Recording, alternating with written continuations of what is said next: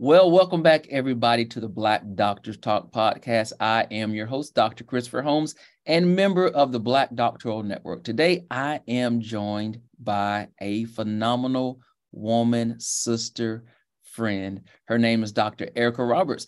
She is the CEO and lead consultant of Purpose Life, whose mission is to provide mental, emotional, and social health solutions to both individuals as well as organizations. Yeah, we know some of y'all work in some toxic environments, so y'all need some mental health. Dr. Roberts is a skilled professional within the nonprofit and social service industries. For over the past 11 years, her career has been devoted to sustaining high-performing programs throughout Tennessee, not too far from me, whose mission focuses on education, re-entry, and employment support. Currently, she leverages her diverse experiences by working in multiple states and in the cross sections of health, wellness, social impact, education, and technology industries. Past and current projects include developing new SNAP E&T programs, federal ed tech initiatives, and working alongside her spouse, where they create and participate in local and statewide mental health events and programs. Everybody at your house, in your car, in your office, put your hands together and help me welcome Dr. Erica Roberts. Thank you, Dr. Roberts, for being here with me today.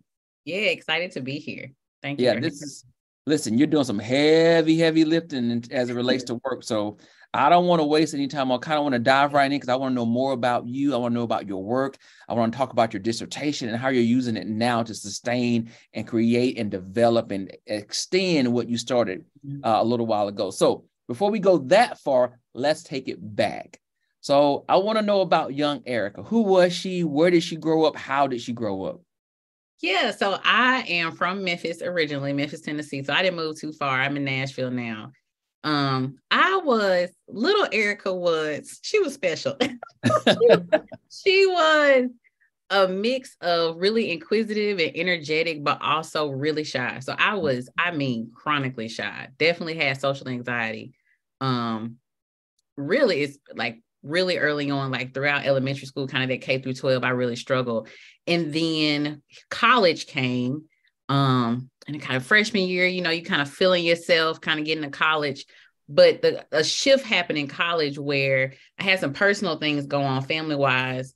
And it was kind of one of those things that kind of grew me up. So I found myself in a position where I had to, be independent and seeking solutions. And it kind of really made me use my critical thinking skills. I have an amazing family. Family was a big part of who I am. I definitely always had family who fed into me, particularly, God rest his soul, my grandfather, who always, called me teacher and doc. I always say he was the first person to call me doc. I was his self-fulfilling prophecy, which I appreciate. He called me doc early on. But in college, I got involved just in different ministry. And I had a lot of people who pushed me outside my comfort zone. So it was a lot of people who saw things in me I didn't see, but right around I was 19 and 20 when I was in college, I was involved in, like, people walking up to me like, hey, I need you to start this, or I need you to go do this. And so I got involved with local politics. I was, campaigning for mayoral campaigns. I would volunteer everywhere.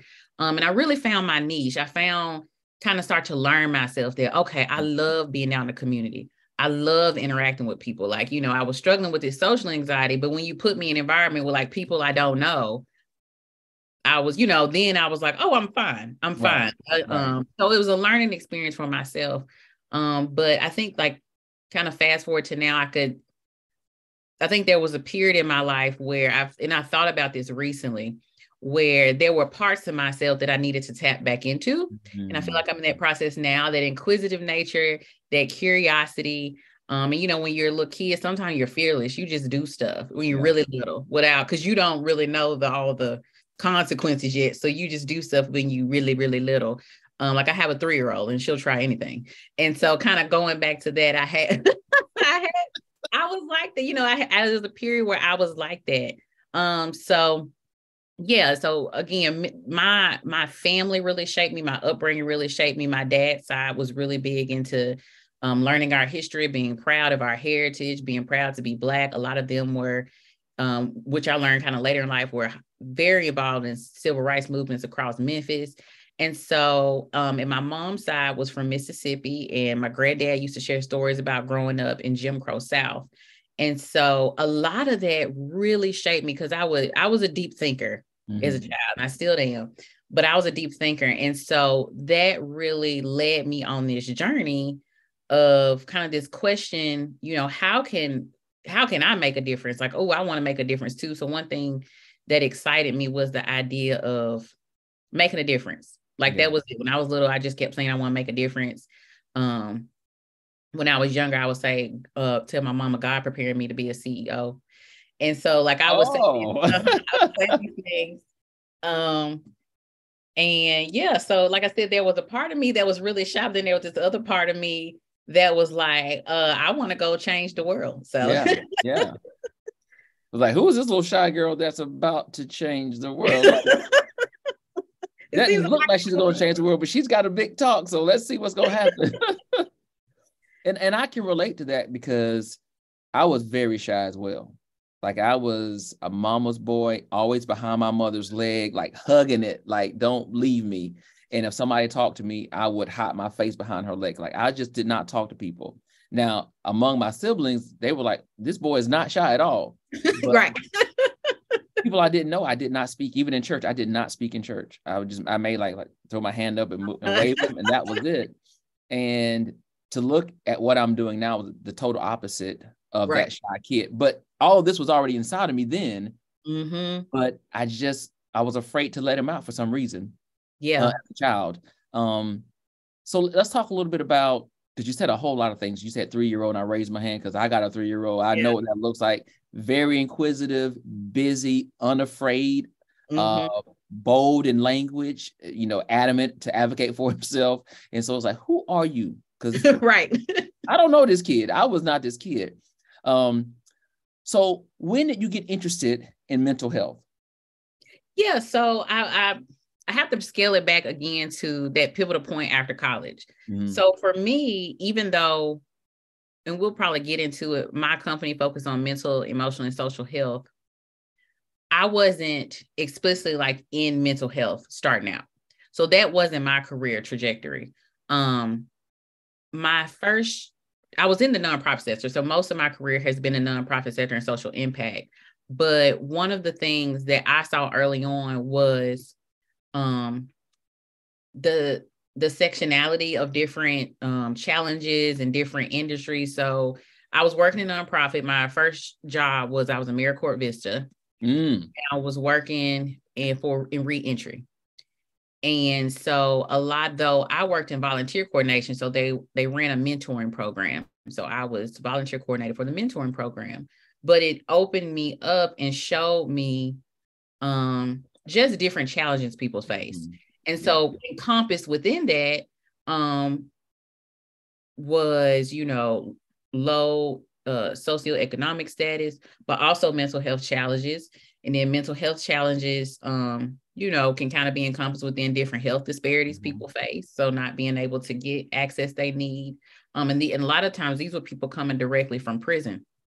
And so there was other things like, needing jobs and things like that. And then after that position, I was working in adult education. And so I was introduced to people who had undiagnosed learning disabilities. And so my introduction to kind of keying in on, again, different challenges people have, different barriers they have, and the needs they have started out within the nonprofit sector, because I was touching everything. Yeah. Like I said, all of the challenges you can name within the nonprofit sector, the populations I was working with, they were, dealing with all of those things. Yeah. So that's kind of where I started in mental health. And then, but now working with my husband, that's something we hyper focus on. Now, when you went into the nonprofit sector, did you intentionally want to go into that sector, or did it kind of find you? It found me. So kind of like I said, I knew I wanted to help people, but I didn't know what that looked like. Yeah. There was a period in college that I wanted to go into journalism. I don't know what got into my head that I want to be a journalist. I don't know. But it's funny how things work. So my mom she works in a hospital setting, and she got me an internship at Methodist Le Bonheur, which is a big hospital chain in Memphis. And I was working under the marketing side. But even doing that, as I sometimes I would interview patients and things or help with that. And so hearing people's stories, I was like, oh, I like engaging with these people and hearing their stories. And so it kind of fell into my lap. It was one of those things. I graduated with my bachelor's in communications because I thought I wanted to be a journalist, but I just got a general communications degree. But you are a communicator though. So I am a communicator. Yeah. So it paid off. It paid off. And so I was like, I don't know what I want to do. And I just started applying for jobs. And I was like, what skills do I know I have? I like volunteering. I can communicate. What kind of encompasses that? And so I found this volunteer coordination job because I am a planner too. So I was like, okay, it sounds like something I can do. And that first AmeriCorps Vista job, we did like a boot camp beforehand. We talked about like poverty and the different like subsections and ways people are impoverished and kind of systemic issues. And I was like, this is it. I want to, couldn't name it, but I was like, I know I want to work in this field. I want to do this type of work. So yeah, it came to me. Like when I did that AmeriCorps Vista job, I knew I wanted to work, at that time in nonprofit and more broader now just in social impact in general.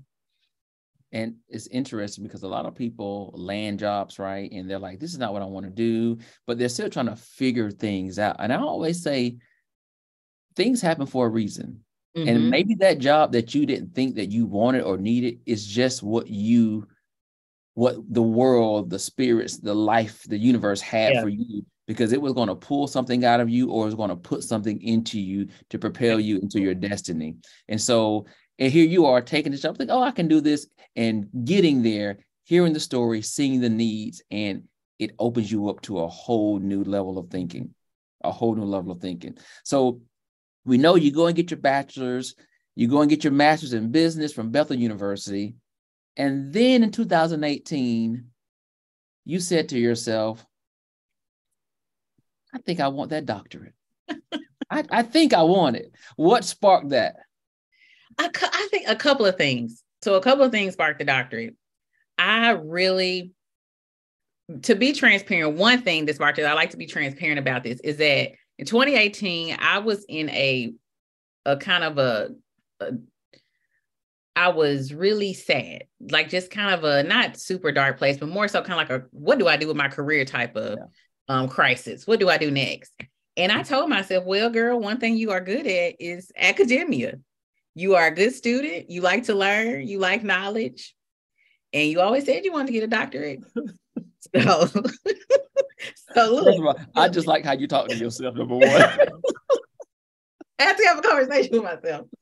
And I had to think this through.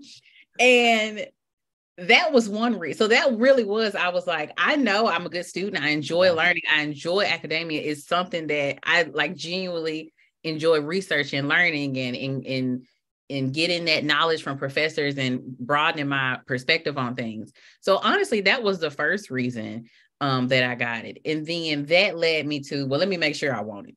Yeah. And so I just engage with people who, so the good thing about the program I went with Trevecca is that they had a lot of African-American women who had gotten their doctorates. And so I had heard people talk about their experience at Trevecca.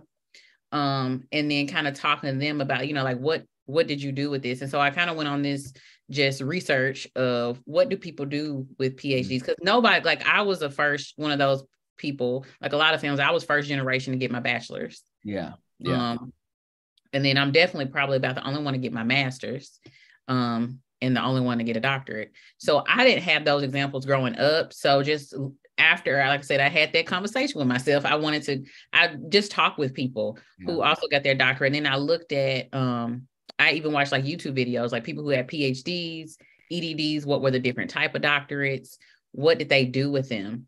And one thing that really stood out to me was people like I really love the book Post-Traumatic Slave Syndrome by Dr. Joy DeGregory. And one of the things that I appreciated about how she used her doctoral work was that she was a social worker and she used her doctoral work to explore a subject and then still uses that for her work now, and kind of adding to the thought pool about, how do we eradicate racism and systemic injustice, things like that. And so that stood out to me.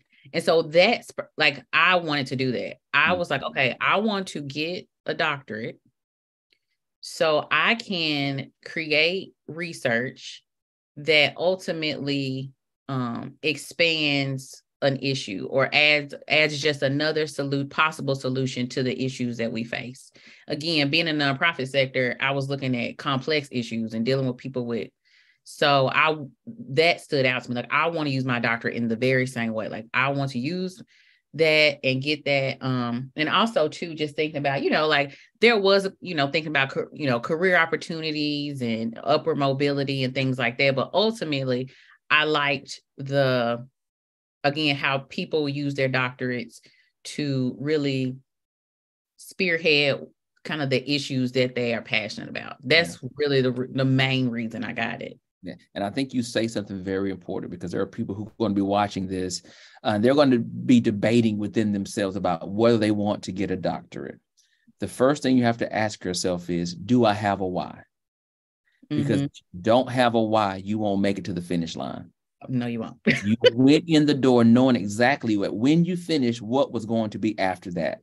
You didn't have it all planned out, but you had some very clear thoughts. And I think some people want it, but they don't know why they want it. And it's not just to have a title before or after your name. You've got to do something with it. And so that purpose for you drove you in the door and out the door with your degree in your hand. Absolutely. Yeah. And then you decided, now you went into the nonprofit sector to now begin doing your work. You didn't go into that thing by yourself, though. You took somebody with you. So you already talked about this. So you and your husband together work in the nonprofit sector. So you guys have a working relationship, and then you have this spousal situation going on. So tell me, how is all of that working out? Yeah. So one thing too, so technically I don't work in nonprofit anymore, like directly. Purpose Life, and I can give you kind of the story of Purpose Life. So I have always worked, again, in the nonprofit sector. I worked in adult education and reentry and workforce development, but specifically workforce development for groups who had barriers to entry. So groups that like people returning from jails and prisons. And my husband has always, like, my father-in-law is also a clinician, a licensed counselor. So my husband has always known he wanted to be a clinician. After I got my doctorate, him and I both were at a point in our career where we felt like, number one, we wanted more fluidity. So we had our 3-year-old is actually on the spectrum. And so we know we wanted to, and this is more recent, but we knew we wanted to have fluidity to make sure she got what she needed to grow and thrive. So that was one more personal reason. But we also wanted to scale our impact. So one of the things, like, he was working again, he was a clinician. He's worked with military. He's worked in substance abuse. And again, I've worked in kind of related industry where it's more so, if you think about kind of a person, like if that's one type of support, I was working in another type of support. So more so from the education, making people, like, case management, making sure people got the services they need. And I've done direct service all the way up to program director. And so we wanted to scale our impact and kind of help people on our own terms. And then also focus in on an area that we felt was really important. And so my doctoral research looked at one of the things the job that I was at when I was doing my research. I was having clients, young clients, who could get a job but never retain it.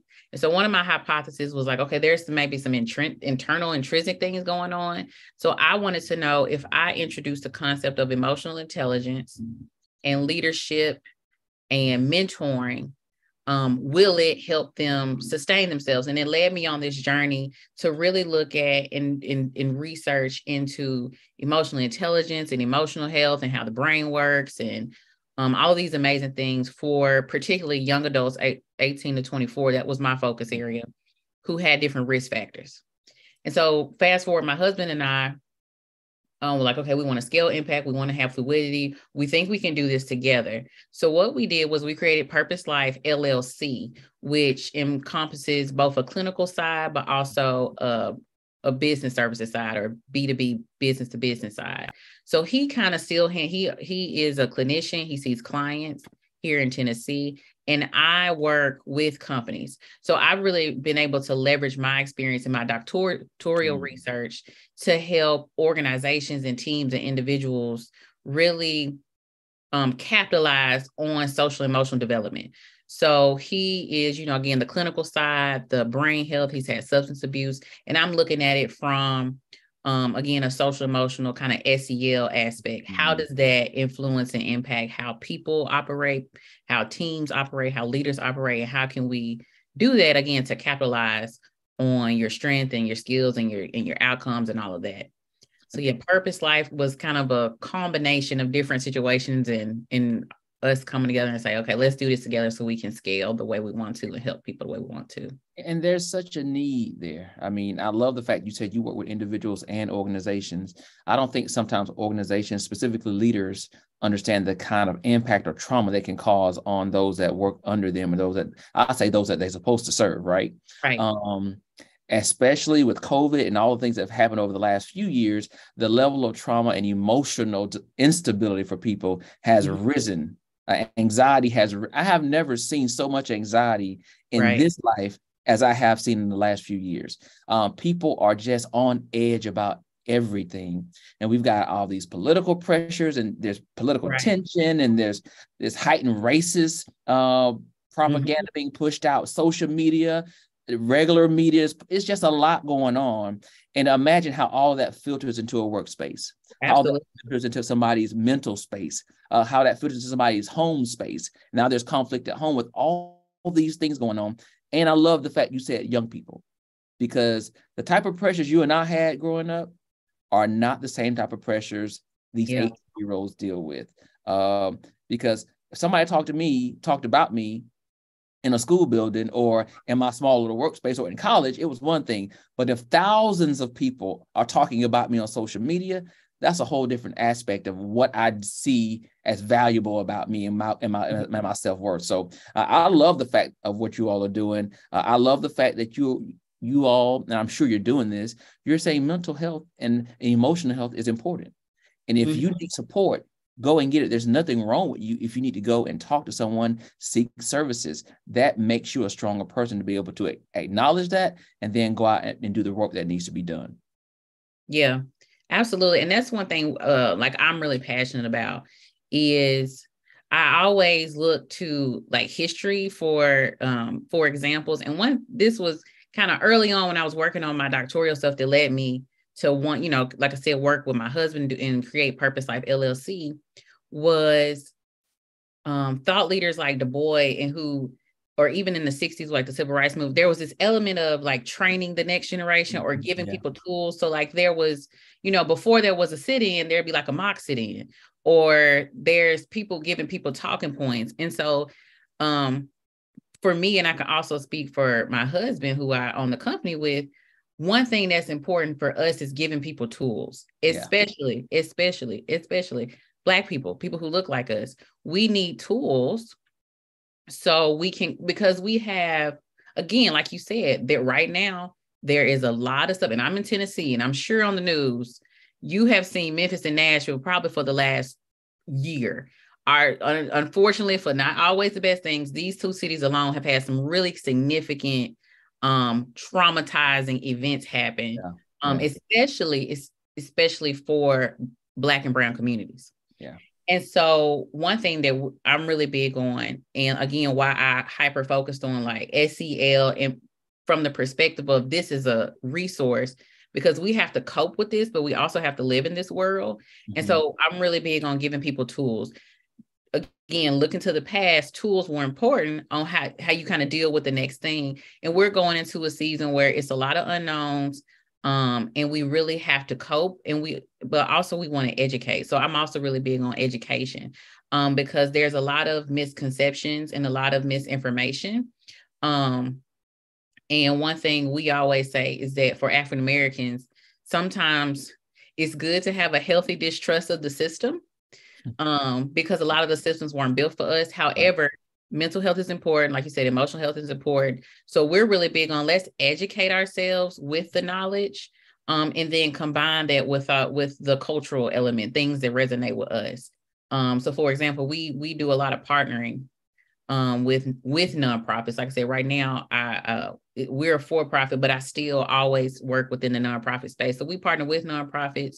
We partner with the community to offer workshops. Like right now, we're doing a meditation workshop led by a young Black man, who is who is passionate about meditation and just coping skills, like giving people the skills and the tools they need to thrive, to live. So like you said, when they go to work, they can properly decompress and properly communicate their needs, properly assess and deal with challenges. So it seems like it's basic things. But again, like you said, with COVID and just everything going on in the world, we're learning that this is almost like a basic need. Like emotional, social, and mental health is really a basic need, because we have to thrive. We have to deal with people. And if we want to be solution oriented, we need to make sure we can properly self-regulate and communicate, and if there are some other issues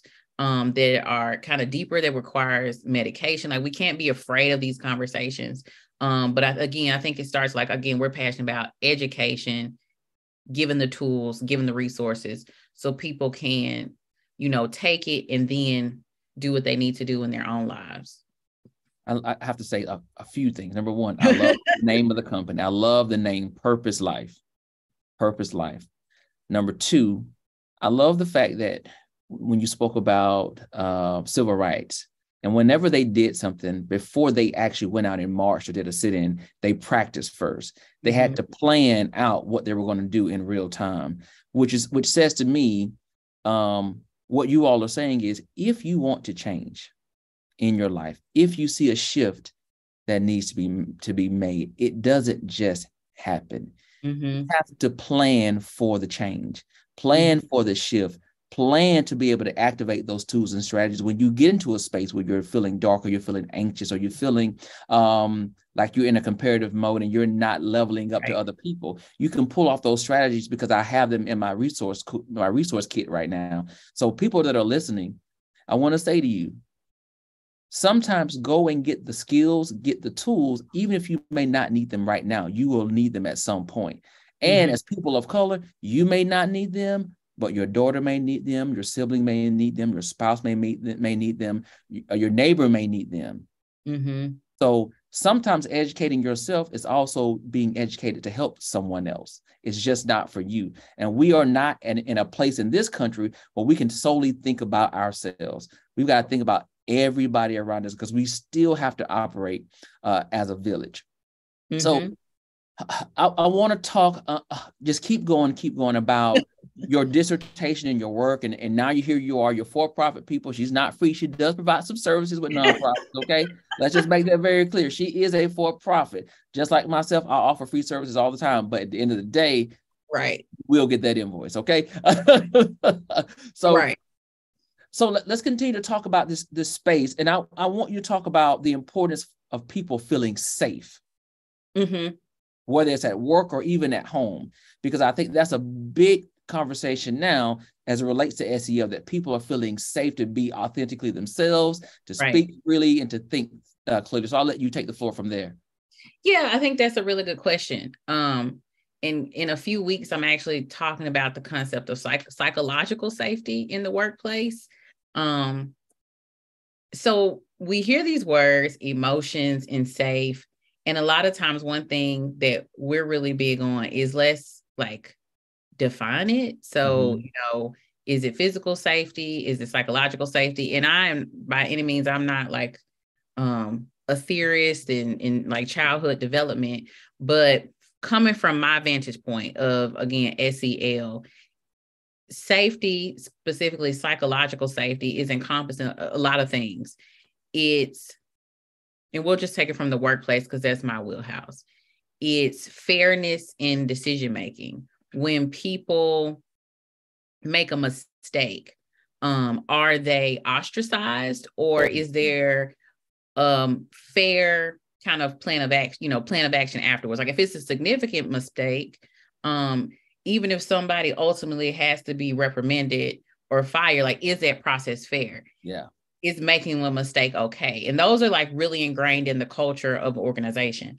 Psychological safety also encompasses just communication, creating a culture where there is trust, there is it's okay to share your emotions without being isolated. It encompasses leaders who have a clear, like, kind of top-down vision. Mm-hmm. The leader has direction, and they clearly communicate that direction. So then, from HR to mid-level managers, executive, like, everybody can also communicate that vision, and then the internal systems that support that vision are also clear. So it encompasses a lot of things. Safety is both in process, but it's also in kind of what people may feel is more soft. And a lot of times too, it's just respect. Like, it's these things that we hear that we kind of take for granted, or say like, oh, it's just, it's just a kind of a feel good word, respect and safety. But no, it's important, because one of the things that happened during COVID, for example, people talked about, since people were at home, domestic violence and abuse skyrocketed. And so now you're learning, okay, like, people aren't safe in their homes. And I'm really a big component of, and I'm sure people say it all the time, it starts at home. Yeah. Like my grandma would always say, if a kid is acting up, follow them home. Yeah. And see, so a lot of things started home. And I was watching something yesterday, and somebody said, like, as a people, we can't heal unless, we want to tackle these big systemic things, but we also have to think about our home life. Mm-hmm. So safety at home is similar, where emotional intelligence with your spouse, high emotional intelligence is being able to assess, can you assess kind of the emotional state of others? If I know something triggers my husband, to have high emotional intelligence, say, like, I may need to tell him something, but this isn't a space to do it, because he's in a state that he won't receive that. Right. And so if I can begin to do that at home, especially for my leaders, those are the type of things you need to do in the workplace. If you have a pool of sick employees, and I'm talking about sick from the sense, like, they're depressed, they're anxious, they're tired, they don't feel safe. So then you have poor outcomes. Safety directly ties also to success. Like, there's so much statistics on teams with high EQ are 30, the percentage of outcomes is 30% more, 50% more. There's all this research now about psychological safety or employee well-being, that when you give employees access to, mental health providers, and that absenteeism falls. Like, if people's concerns are addressed, and then they begin to feel safe, then it directly correlates to how they work and how they interact, and how ultimately your bottom line is affected. So it would behoove people to really pay attention to safety, because it impacts these larger things. It impacts children in school, to how people interact with customers, and again, your company's bottom line. So safety goes across the board. And it's things, again, we focus on both sides, because we look at the individual because it starts at home, but also it's important for organizations, because you may need to reevaluate your culture, because I can come in and do a training for you, but if your culture is cliquish and people make a mistake and somebody else gonna talk about them, that's not psychologically safe. Yeah. So that impacts retention, workplace relationships, and the whole gamut, all the toxic stuff you could think about. When you start to lack, again, that fairness, that safety in decision making, that safety in processes, you get what we joke about all the time. You get the bad bosses types of movies. You know what I mean? Like, you can't, people don't. Everybody has a story about a crazy boss, or a coworker who was just, I don't know, mean or low down or toxic, just, so again, it would behoove people to pay attention to it, because like what you mentioned with COVID exposed that. It exposed in different systems, like I said, education, healthcare, the workplace. It exposed the importance of, again, mental, emotional, and social health, that it was lacking, and we don't pay enough attention to it, and we're not intentional in how we, again, train people and tool people to deal with it, especially in times of crisis. Yeah, most definitely. So let's say 15, 20 years down the road, what do you want to be your legacy as it relates to your work with Purpose Life? That's a good question. And I saw this question thinking about legacy. And it's one of those things that you think you know, but you don't know how life was going to work out. I think with our work in Purpose Life in particular, I want to be a foundation. Like, I want the work to go beyond us. And beyond me. I want to help fill in the gaps for people. Again, I've been working in the nonprofit sector, and now more specifically mental, social, emotional health. And it's a lot of kind of gray areas and unknowns. It's a lot of, needs. Like working with my husband, I never thought about like kind of the issues around health access when it comes to insurance. So a lot of times people are like, oh, I need to find a therapist. But it's really, it's really high, not thinking about, well, the therapist has to eat, and the insurance system is crazy. So that's the opportunity that somebody could take and run with. So I want to leave a legacy where I help build a foundation. I help share, I communicate and share, highlight different issues, but then build a foundation and create opportunities for people, again, to take that and run with it. So the next generation of doctors and researchers and change makers can look at my work for examples, just like I mentioned, how I look at the civil rights movements and kind of thought leaders in the past, that I'm the same way, that I can become a thought leader with, and share my insight in a way that is foundational for somebody else. That it sparks something in somebody else to say, okay, her path was a little wonky. She started out here, she went there, but she was passionate about helping people, and I can do that too. Yeah. So again, I think both in being a role model, but specifically being a foundation for people to stand on and move this work along in a different way.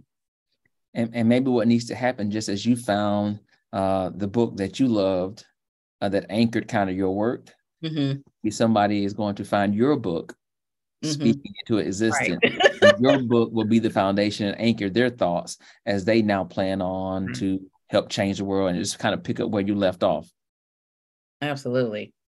So you are a member of BDN. Talk a little bit about your relationship with us, what you're looking forward to, what you're excited about, maybe what your experience has been so far. Yeah, so I have really enjoyed. So I first saw BDN, I think in like I was looking for kind of groups to connect with, and so I saw BDN. I was like, oh, the Black Doctoral Network, and I was still in my doctoral program. And so far, I really like starting off just the education. So I've like seen in the past some of, the webinars, especially like the writing workshops, things like that I engaged in as well. I was in my doctoral work. So my first kind of relationship with BDN has really been beneficial in just like motivation. Like, okay, it's a whole bunch of Black doctors. I too can get there. I just need to finish what I need to finish. And I think it was last year I did time goes by so fast. It was last year, or the year before last, I think. I did another panel with some other ladies.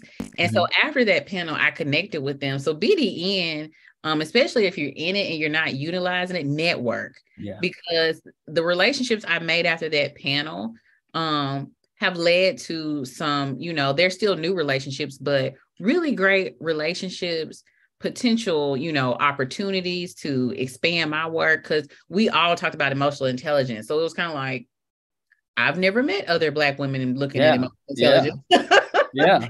So especially, other doctors, this is wonderful because we have a pool of research and different insights to share. So definitely, if you're not utilizing the opportunities to network, I would definitely say that. One thing I haven't done yet is gone to a conference. So that's hopefully one thing that I do soon is go to one of the upcoming conferences.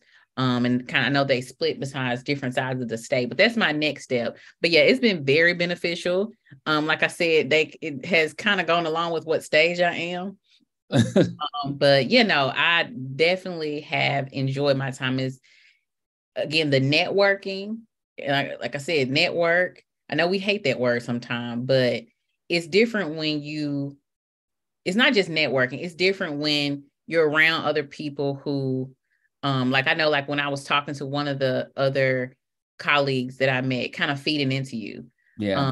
Yes. And it's a different, like, I just met you, but I feel like, there's synergy. And I feel like when I've met other people from BDN, there's a special type of synergy where we all have a personal mission. And we're all using our doctoral work for the greater good. Yeah. And that reads. And so it's a special type of connection that you really need to, I think it's worth investing in. And so like for me, investing in it has definitely paid off in multiple ways. Yeah. I mean, you just meet some amazing people when you connect with a network, and it is inspiring. It's uplifting. It's comforting. It's comforting is feels safe. Feel safe. And it's just to see other people that look like you who are just as passionate about making a difference. It is definitely just an odd type of experience. And so when you come to the conference, if you feel that way virtually, in person, it is even more great. It's phenomenal. And so, but it's people like you that make this organization so great. Somebody who's intellectual, who's making a difference, who has accepted the challenge to be responsible to create change in the world for people. And so I want to thank you so much for, number one, being a member of BDN, but also taking time out of your day to join me today on the Black Doctor Talk podcast.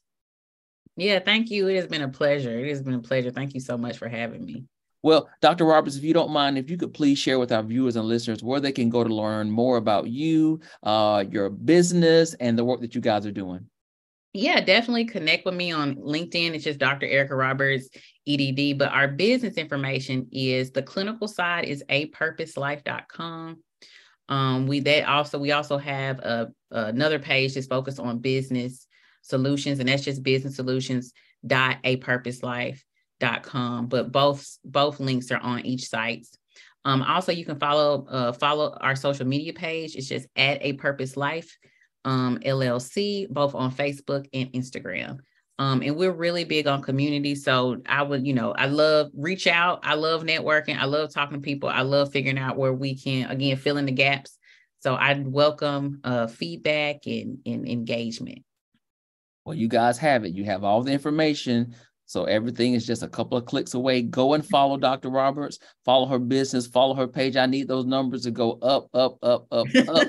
And while you guys are doing that, go check out the Black Doctoral Network. We would love to connect with you on all of our social media channels as well. We have a lot of great programming, a lot of great services, and a lot of great networking events like Dr. Roberts just talked about that we would love to have you be a part of.